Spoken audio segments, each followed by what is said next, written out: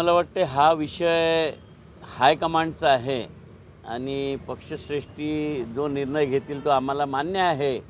परंतु नागपूर जिल्ह्याचा अध्यक्ष म्हणून मला असं वाटतं की नागपूर जिल्ह्यातल्या शहरातल्या 6 जागांवरही आतापर्यंत काँग्रेसच लढत आली आणि काँग्रेसने चांगले मतं घेतले आहे. म्हणजे 50,000च्या वरचंच मताधिक्य आतापर्यंतच्या इतिहासात या जागांवर आहे. आणि तिकीट वाटप करत असताना पक्षश्रेष्ठी मग ते महाविकास आघाडीतले तिन्ही घटक असतील हे हाच विचार करतील की या मतदारसंघांमध्ये बेस कोणाचा आहे.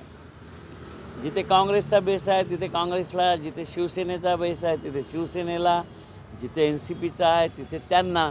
तर मला वाटते की नागपूर शहरामध्ये काँग्रेसचा बेस आहे आणि आतासुद्धा लोकसभेमध्ये जवळपास 5.25 लाख मतं आम्ही घेतलेली आहे आणि प्रत्येक मतदारसंघामध्ये हे मताधिक्य काँग्रेसचं आहेच. आणि आतापर्यंतच्या ज्या विधानसभा झाल्या आहे तर तिथे लढत काँग्रेस विरुद्ध भाजपा अशीच झाली. म्हणून मला वाटते की नैसर्गिक प्रक्रियेमध्ये या 6ही जागा काँग्रेसलाच मिळाल्या पाहिजे.